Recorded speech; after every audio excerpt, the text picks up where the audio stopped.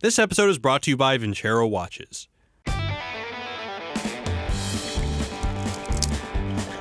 What's up, guys? Jared here.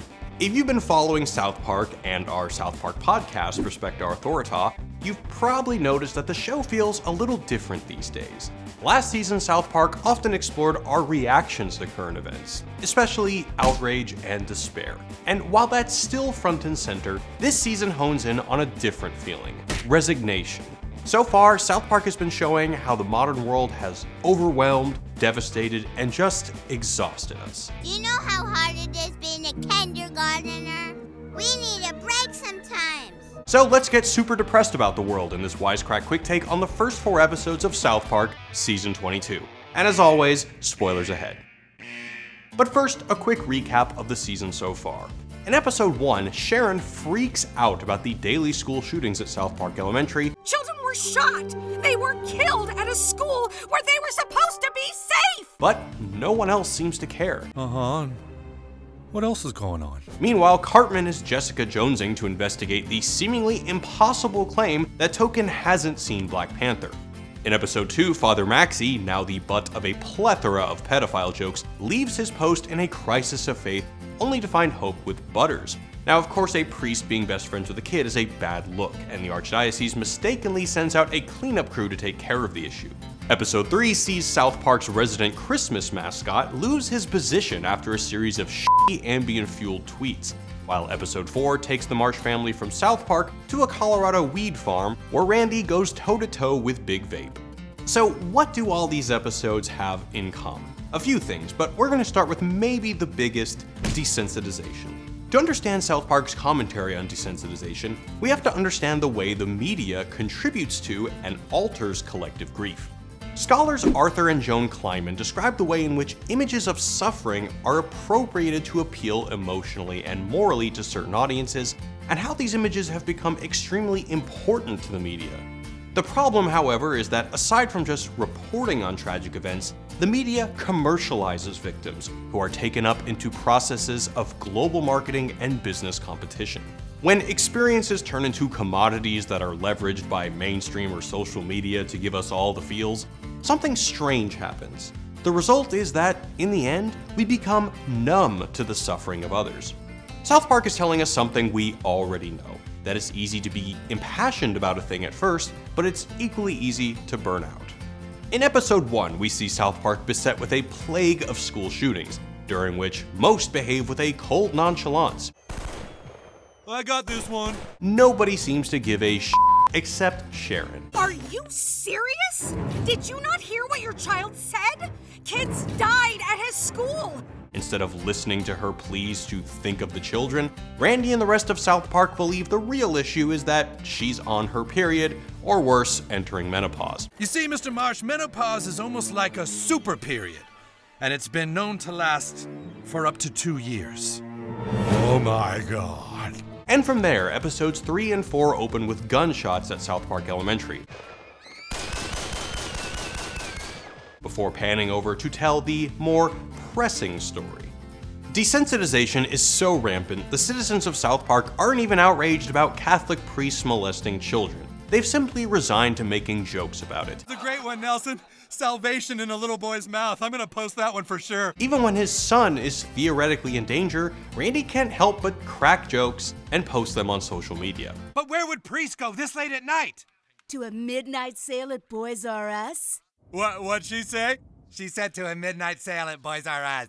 Can I post that? We see here how social media makes it that much easier to become desensitized by berating us with images and ideas of suffering, and even providing an incentive to think of these things as jokes or potential posts rather than serious events.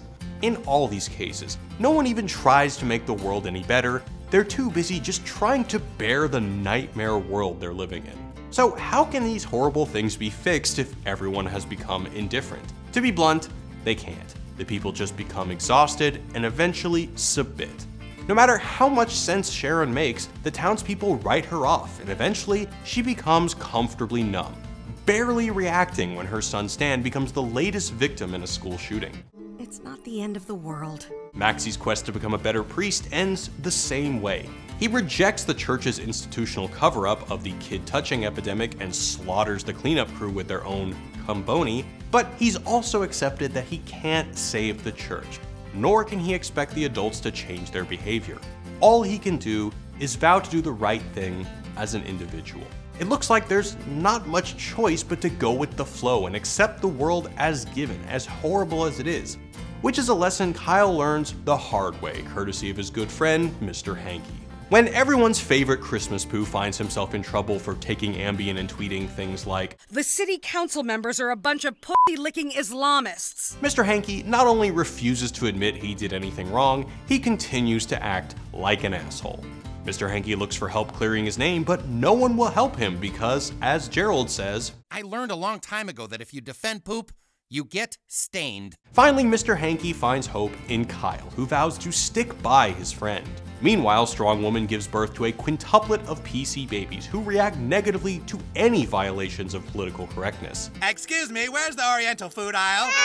Quiet, there's PC babies! The babies and Hankey collide when the Christmas poo puts on an early Christmas celebration, and the babies cry at even the most benign of holiday well-wishes. Mr. Hankey goes off the rails, and Kyle's attempts to calm the situation leaves him stained, both literally and metaphorically. Mommy, something stinks. Yeah, like In the end, Kyle has to give up and stop defending his friend because if he doesn't, he'll get ostracized too. They're going to erase me and everything I ever did. You want them to erase me, too? It turns out, Cartman was right. I want to stand by my friend. Let's see how that goes for you in 2018. So what happens when you want to fight back against an exhausting, infuriating world? When you want to just make things better or escape the pressures of modern life?